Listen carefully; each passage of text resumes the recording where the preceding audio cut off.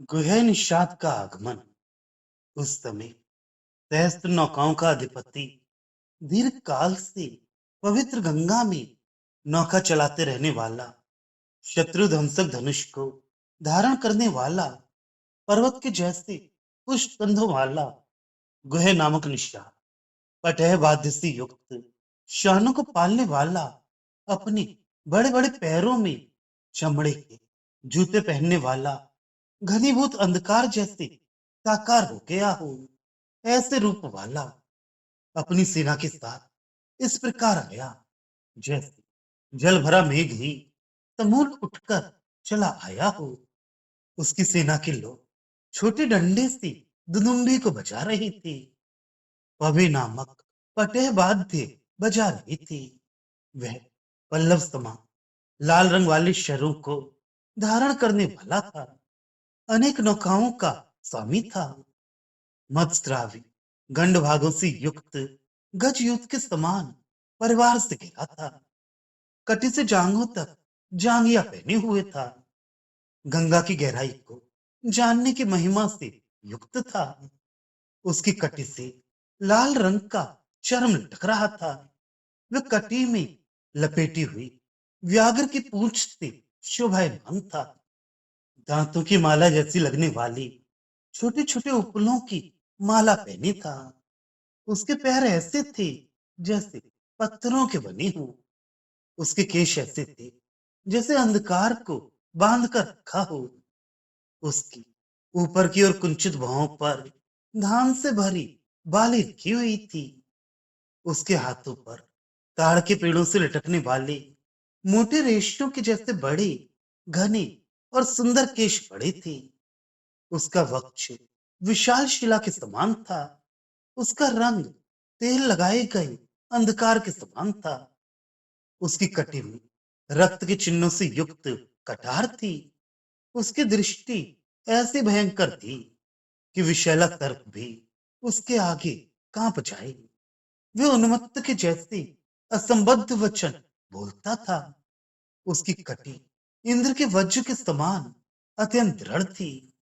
शरीर को पुष्ट करने वाले मांस और मछली खाने से उसके मुंह में दुर्गंध आ रही थी। उस मुंह पर हंसी नहीं थी। बिना क्रोध के भी उसके देखने पर उसकी आंखों से चिंगारियां निकलती थीं। उसकी कंठ ध्वनि यम को भी डराने वाली थी। तरंगों से भरी गंगा नदी के तट पर स्थित श्रृंगवीर नामक गांव में उसका निवास था। ऐसा वह गुह आश्रम में ठहरे हुए उदार पुरुष राम के दर्शन करने के लिए मधु, मछली आदि उपहार लेकर आया। अपने परिवार के लोगों को दूर पर खड़ा करके खूब तपाए गए बाण से युक्त अपने धनुष को भी दूर रखकर कटी में बंधे कतार को भी उतार कर निष्कलंक तथा प्रेमपूर्ण चित्त के साथ वह राम के आवास भूत उस आश्रम के द्वार पर पहुंचा। वह निषादों का राजा प्रेम से द्रवित हो वहीं खड़ा रहा।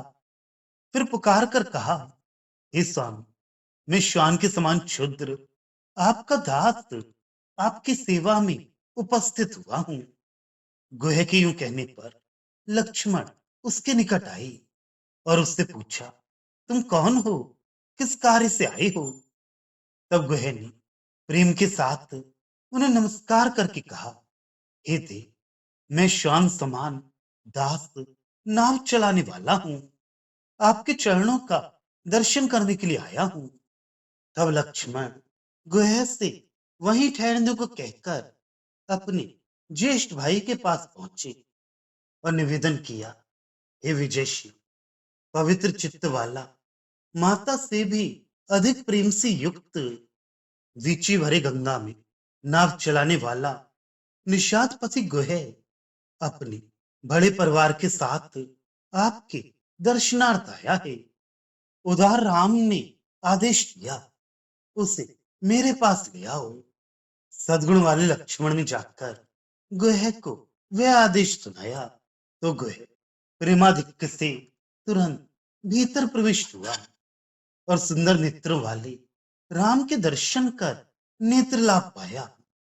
फिर काले केशों से युक्त अपने सिर पर कर जोड़कर, शरीर झुकाकर, नमस्कार करके कर से अपना मुंह बंद किए खड़ा रहा। राम ने गुहे से कहा, बैठो। किंतु गुहे बैठा नहीं। असीम प्रेम से युक्त होकर उसने कहा, हे देव, आपके भोजन के लिए अत्युत्तम मधु और मछली लाया हूं। आपका चित्त कैसा है? ये सुनकर वीर राम वृद्ध तपस्वियों की ओर देखकर मुस्कुराए और फिर बोले, ये वस्तुएं मन में स्थित प्रेम के आधिक्य को प्रकट करने वाली हैं और बड़े आदर के साथ लाई गई हैं। अतः दुर्लभ अमृत से भी ये अधिक उत्तम है। प्रेम से लाए जाने के कारण ये पवित्र हैं। अतः मुझ जैसों के लिए ये योग्य ही है।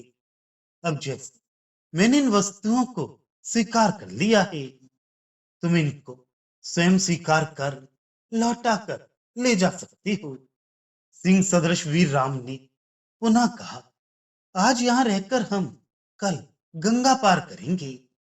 अतः तुम अपने परिवार के लोगों के साथ अपने नगर में जाकर सुख से वास करो और प्रभात के समय नौका लेकर गंगा तट पर आ जाओ।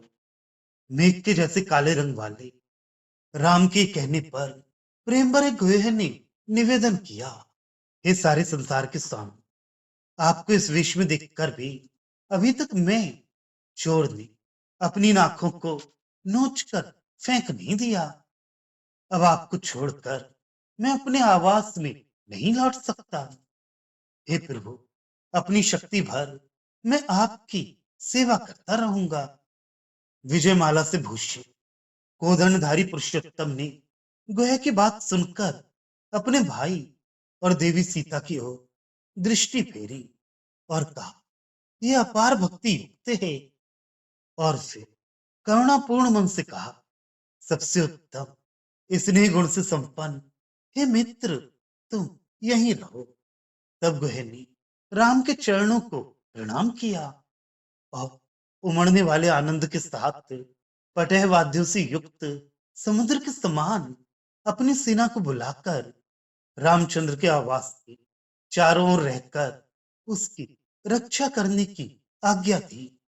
और वैसे हाथ में धनुष लेकर और उस पर शर को भी चढ़ाकर कटार को अपनी कटी के वस्त्र में खोसकर गरजते मेघ के समान ध्वनि के साथ राम के चरणों की स्तुति करता हुआ खड़ा रहा। गुहे ने लक्ष्मण से प्रश्न किया, हे मनुकुल में उत्पन्न सुंदर अयोध्या नगर को छोड़कर यहाँ आने का कारण बताओ। राम के वनवास से दुखी लक्ष्मण ने सब वृतांत कह सुनाया। राम की भक्ति से पूर्ण गुहे ने अत्यंत दुखी होकर कहा, विशाल भूदेवी ने तपस्या से संपन्न होकर भी तप के फल को प्राप्त नहीं किया। ये कैसा अनर्थ है? और अपनी आंखों से अश्रु बहाता हुआ खड़ा रहा।